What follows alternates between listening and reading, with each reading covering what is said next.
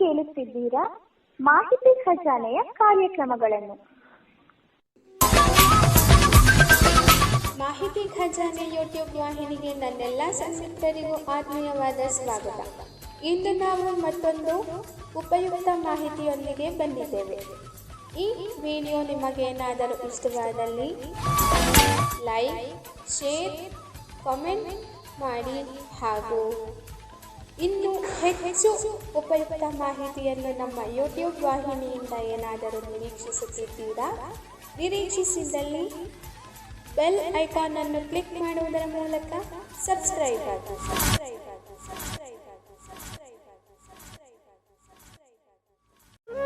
ಮನಸ್ಸಿನ ಮಾತು. ಒಂದು ನೀತಿ ಕತೆ. ಒಂದು ಊರಿನಲ್ಲಿ ರಾಜನೊಬ್ಬನಿದ್ದ. ಅವನಿಗೆ ಎಲ್ಲವೂ ಇದ್ದರೂ ಸಂತೋಷವಿರಲಿಲ್ಲ, ಏಕೆಂದರೆ ಅವನ ಮನಸ್ಸು ಯಾವಾಗಲೂ ದುಃಖದಿಂದ ಕೂಡಿತ್ತು. ಒಂದು ದಿನ ಅವನು ಒಬ್ಬ ಸಾಧುವನ್ನು ಭೇಟಿಯಾದನು. ಸಾಧು ಅವನ ದುಃಖಕ್ಕೆ ಕಾರಣವನ್ನು ಕೇಳಿದನು. ರಾಜನು ತನ್ನ ಮನಸ್ಸಿನ ಮಾತನ್ನು ಹೇಳಿಕೊಂಡನು.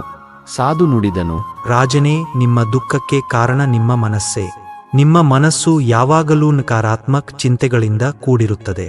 ಅದಕ್ಕಾಗಿಯೇ ನೀವು ಸಂತೋಷವನ್ನು ಕಾಣಲು ಸಾಧ್ಯವಿಲ್ಲ. ನಿಮ್ಮ ಮನಸ್ಸನ್ನು ನಿಯಂತ್ರಿಸಲು ಕಲಿಯಿರಿ, ಆಗ ನೀವು ಸಂತೋಷವನ್ನು ಪಡೆಯಬಹುದು. ರಾಜನು ಸಾಧುವಿನ ಮಾತನ್ನು ಕೇಳಿ ತನ್ನ ಮನಸ್ಸನ್ನು ನಿಯಂತ್ರಿಸಲು ಪ್ರಯತ್ನಿಸಲು ಪ್ರಾರಂಭಿಸಿದನು. ಅವನು ಧ್ಯಾನ ಮಾಡಲು ಪ್ರಾರಂಭಿಸಿದನು ಮತ್ತು ಒಳ್ಳೆಯ ಚಿಂತನೆಗಳನ್ನು ಮಾಡಲು ಪ್ರಯತ್ನಿಸಿದನು. ಕೆಲವು ದಿನಗಳ ನಂತರ ರಾಜನ ಮನಸ್ಸು ಶಾಂತವಾಗಲು ಪ್ರಾರಂಭಿಸಿತು. ಅವನು ಈಗ ಹಿಂದೆಂದಿಗಿಂತಲೂ ಹೆಚ್ಚು ಸಂತೋಷವಾಗಿರಲು ಪ್ರಾರಂಭಿಸಿದನು. ಒಂದು ದಿನ ರಾಜನು ಸಾಧುವನ್ನು ಮತ್ತೆ ಭೇಟಿಯಾದನು. ರಾಜನು ಸಾಧುವಿಗೆ ಧನ್ಯವಾದ ಹೇಳಿದನು ಮತ್ತು ತನ್ನ ಮನಸ್ಸನ್ನು ನಿಯಂತ್ರಿಸಲು ಕಲಿಸಿದ್ದಕ್ಕಾಗಿ ಕೃತಜ್ಞತೆ ಸಲ್ಲಿಸಿದನು. ಸಾಧು ನುಡಿದನು, ರಾಜನೇ, ನಿಮ್ಮ ಸಂತೋಷ ನನಗೆ ತುಂಬಾ ಸಂತೋಷವನ್ನುಂಟು ಮಾಡಿದೆ. ಯಾವಾಗಲೂ ಒಳ್ಳೆಯ ಚಿಂತನೆಗಳನ್ನು ಮಾಡಿ ಮತ್ತು ನಿಮ್ಮ ಮನಸ್ಸನ್ನು ನಿಯಂತ್ರಿಸಿ, ಆಗ ನೀವು ಯಾವಾಗಲೂ ಸಂತೋಷವಾಗಿರುತ್ತೀರಿ. ನೀತಿ. ಮನಸ್ಸು ಒಂದು ಶಕ್ತಿಯುತ ಸಾಧನವಾಗಿದೆ. ನಮ್ಮ ಮನಸ್ಸನ್ನು ನಾವು ನಿಯಂತ್ರಿಸಬಹುದು. ಒಳ್ಳೆಯ ಚಿಂತನೆಗಳು ನಮ್ಮನ್ನು ಸಂತೋಷಪಡಿಸುತ್ತವೆ.